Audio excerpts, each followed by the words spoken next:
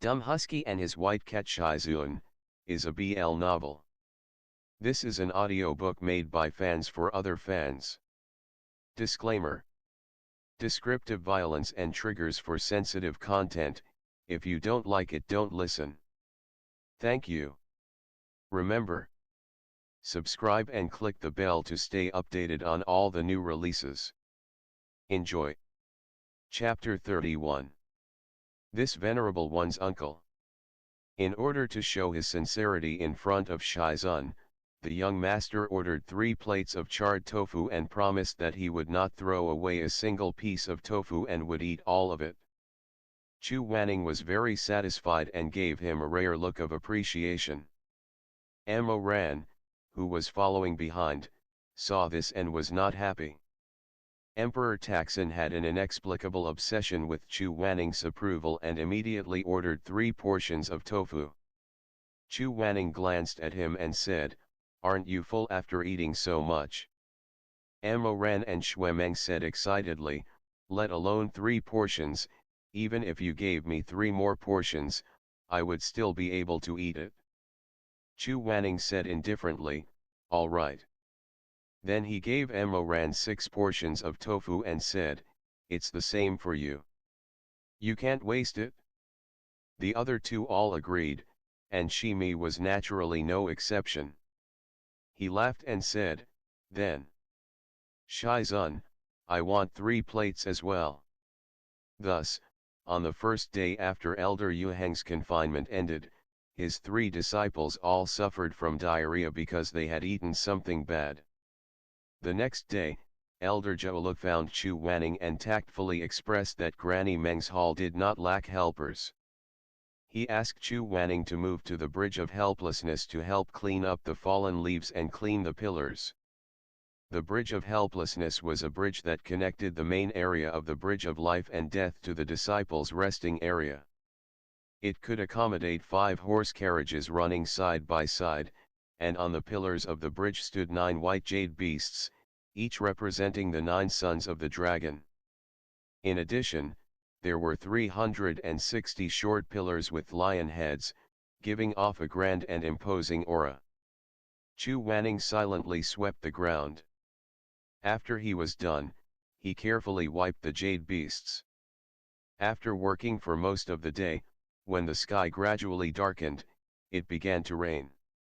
Most of the disciples who had finished their classes did not bring their oil paper umbrellas. They chattered and waded through the puddles towards their residences. The raindrops splashed against the stone steps. Chu Wanning glanced into the distance and saw that the young men and women wore relaxed smiles on their faces. They were drenched in the rain, and they looked miserable and bright. Chu Wanning knew that if he were to be seen by them, that kind of brightness and ease would disappear. Therefore, he pondered for a moment, then circled around to the bottom of the bridge. Some of the disciples who were running in front came to the bridge. When they saw what was happening, they could not help but exclaim in surprise. "A boundary? Why is there a boundary on the Bridge of Helplessness?" "It was probably set up by Elder Suanji," a disciple guessed. "Elder Suanji treats us the best." The translucent golden boundary covered the upper part of the Bridge of Helplessness. It spread out in an imposing manner all the way to the main path of the disciples' resting area, covering the entire path they were about to take. It must have been set up by Elder Suanji. Isn't he in charge of this place? Elder Suanji is really nice. This boundary is so beautiful. Elder Suanji is really powerful. The disciples shook their drenched hair and laughed as they pushed and pushed each other into the boundary. They chatted all the way to the resting area. Chu Wanning stood at the bottom of the bridge, listening to the hubbub of voices on the bridge. It wasn't until there was no more sound and the returning youths were far away that he slowly retracted the boundary and calmly walked out of the bridge. "Shizun." Suddenly, he heard someone calling out to him. Chu Wanning raised his head abruptly, but there was no one on the shore. "I'm here." He raised his head in the direction of the voice and saw Ran sitting on the white jade bridge. He was dressed in a silver blue light armor, and his legs were lazily propped up on the edge of the bridge railing. The young man's eyebrows were astonishingly black, and his eyelashes were like two small fans, hanging down in front of his eyes. He was holding an oil paper umbrella and gazing at him with a smile that was not a smile. One of them was on the bridge, while the other was shivering. The other was under the bridge, under the cold rain. They just looked at each other, and no one spoke for a while. The misty rain between heaven and earth was lingering. Occasionally, fallen leaves and thin bamboos fluttered down along with the wind and rain, fluttering and falling between the two of them. Finally, Ran laughed and teased, "Elder Suanji, you're wet." Chu Wanning also said coldly almost at the same time, "How did you know it was me?" Ran pursed his lips, his eyes were curved, and his dimples were deep. "Elder Suanji can't set up such a big enchantment, right? If it's not Shizun, who else could it be?" Ran knew that he was too lazy to cast a spell to shelter him from the rain, so he had an idea and threw down the umbrella. "This is for you, catch it." The bright red oil paper umbrella fluttered down, and Chu Wanning caught it. The handle of the umbrella was still warm, and sparkling water droplets dripped down the surface of the umbrella. Chu Wanning looked up at him and asked, "What about you?" Ran smiled slyly. "Shizun cast a spell, and I'll be able to go back cleanly, won't I?" Chu Wanning snorted, but he still gently flicked his sleeves, and a translucent golden barrier immediately appeared above Ran. Ran looked up and laughed. "Haha, it's so beautiful, and there's even a peony pattern on it." "Thank you very much." Chu Wanning glanced at him and said, "That's a crab apple. It only has 5 petals." With that, he floated away with the white scarlet umbrella. Ran stood alone in the rain, counting the petals. 1, 2, 3, 4, 5. Ah, it's really 5 petals. When he raised his eyes again, Chu Wanning was already far away. Ran squinted his eyes, and stood under the barrier. The childish smile on his face gradually disappeared, replaced by a complicated expression. He suddenly didn't understand what he was thinking. If his feelings for a person were only pure love, or pure loathing, then it would be fine. The rain lasted for 4 days before it stopped. When the clouds cleared and the rain stopped, a group of carriages and horses rang their bells. They stepped on the puddles of water and crushed the sky and clouds, and stopped in front of the gate of the summit of life and death. The bamboo curtain was lifted, and a fan with a bright red tassel stuck out from within. Then, a pair of blue boots with silver edges stepped out, and they stepped on the shaft of the carriage. With a thud, they landed heavily on the ground, causing dust to fly everywhere. It was a muscular man with thick eyebrows and big eyes. He was wearing a blue-silver light armor, and he had a neat beard. He looked to be around 40 years old. He looked very rough, but his big hands, which were like iron towers, were waving an exquisitely crafted fan of literati. It was an indescribable oddity. The fan opened with a snap, and on the other side, the words were written. "Shuelang is very beautiful." On the other side, the words were written. "The world is very ugly." This fan was famous throughout the Jianghu. The reason was not only because the owner of the fan was very skilled, but also because the words written on the fan were too awkward. It boasted about itself, but ridiculed others. The handle of the fan was gently waved, and anyone within 100 miles could smell the narcissism of the owner of the fan. Everyone in the cultivation world knew about this. Who was the owner of this fan? It was none other than the High Lord of the Peak of Life and Death, Zhenyang's father, Ran's uncle, Zhenyang, who had stayed outside for more than 2 months. As the saying goes, dragons give birth to dragons, phoenixes give birth to phoenixes. Conversely, the logic was the same. If the son was a peacock, the father would definitely open his tail as well.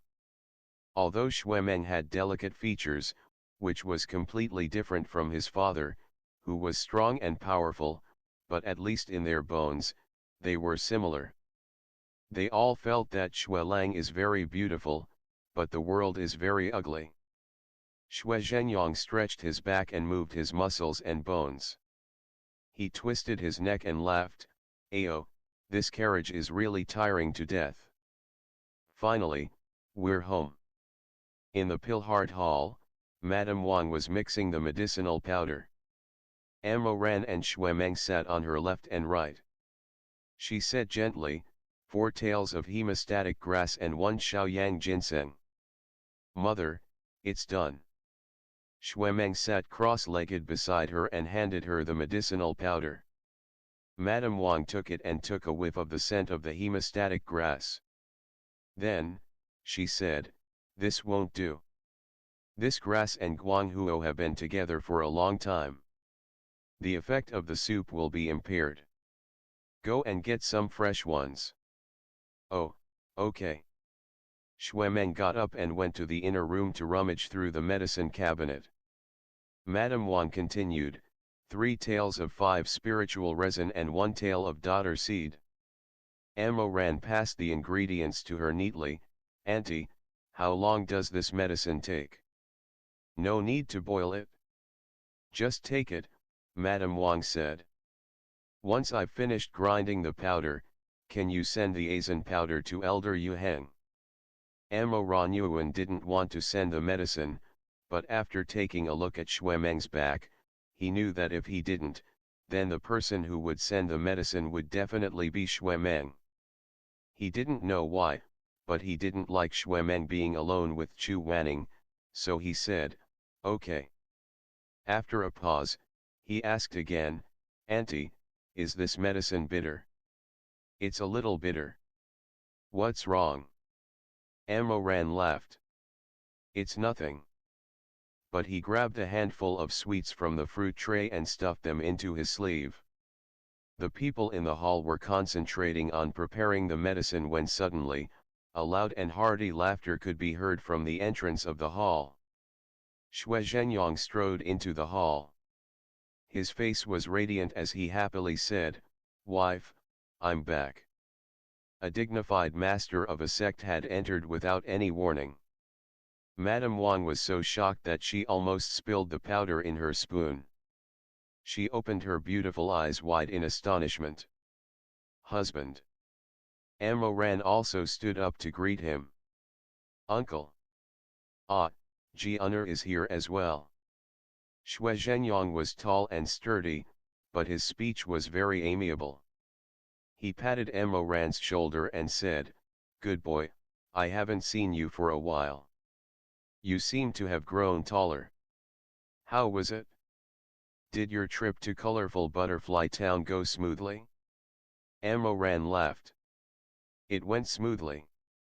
"Good, good, good. With Chu Wanning here, I knew that nothing would go wrong."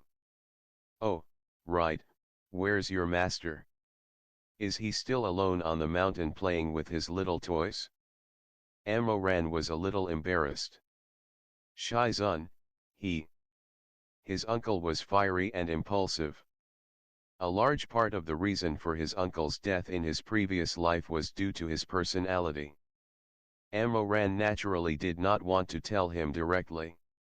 Chu Wanning had suffered 200 blows and had been grounded for 3 months. Just as he was thinking about how to open his mouth, he heard a sudden "ah" from behind him. Zhenyang walked out with a pile of hemostatic grass in his arms. When he saw his father, he couldn't help but exclaim, "Father! Mange!" Ran secretly let out a sigh of relief. Whenever this father and son pair met, they would definitely flatter each other and compliment each other. He was just thinking about how to tell his father about Chu Wanning's punishment. Sure enough, the peacock father and son pair raised their tail feathers and spared no effort in praising each other. It's been 2 months since we last met, and my son has become a lot more handsome. He looks more and more like your father. Zhenyang did not look like his father at all. He only looked like his mother.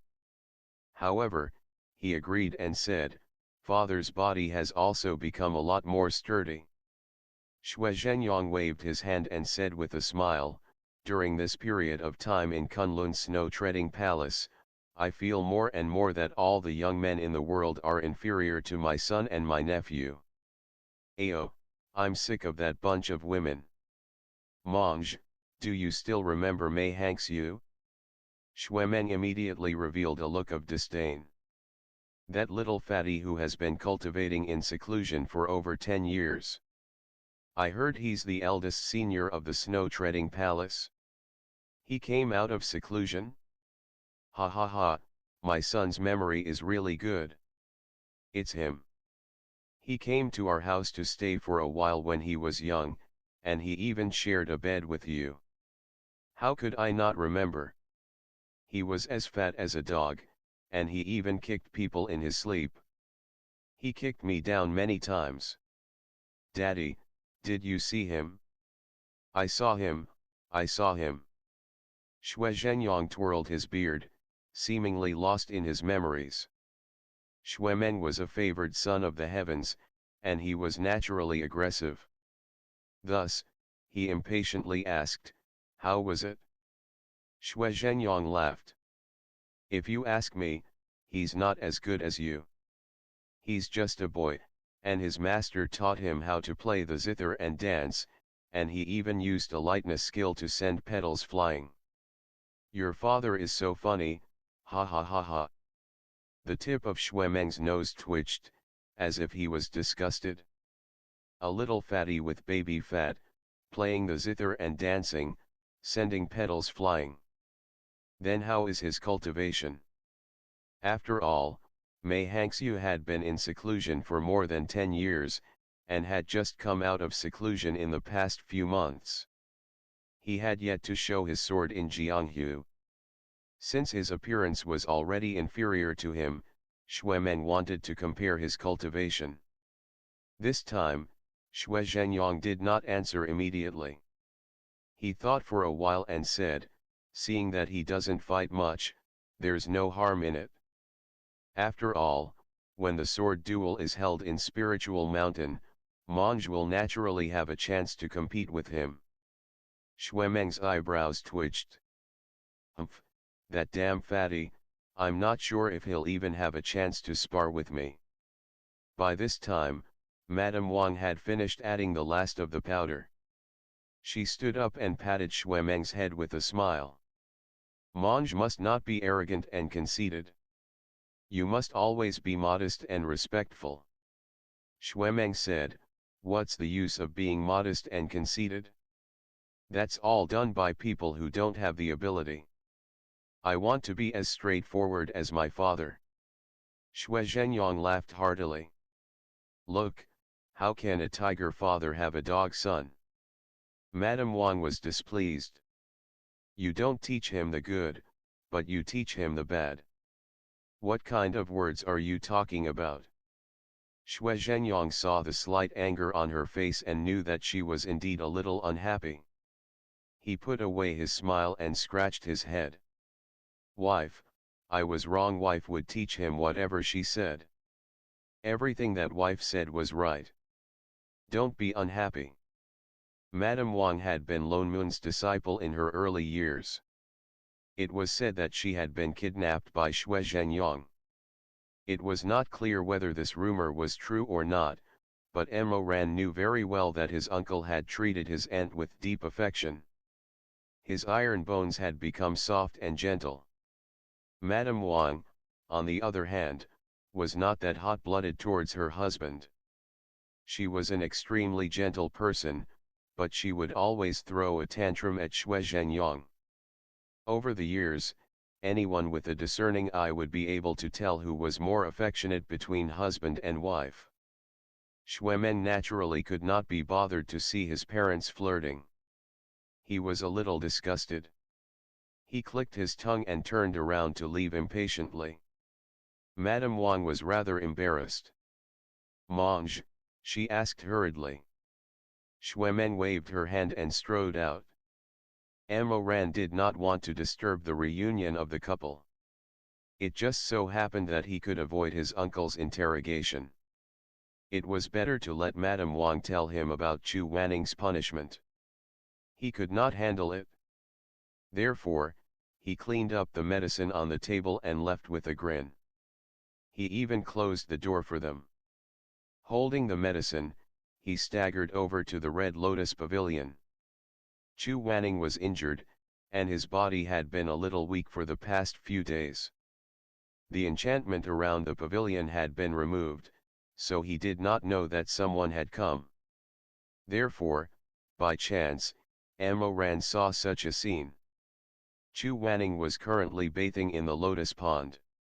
It was fine if he was bathing himself, but what was more important was that Elder Yuhang, who had always been clean, had 2 other people in his lotus pond. End of the chapter. Stay tuned for more BL.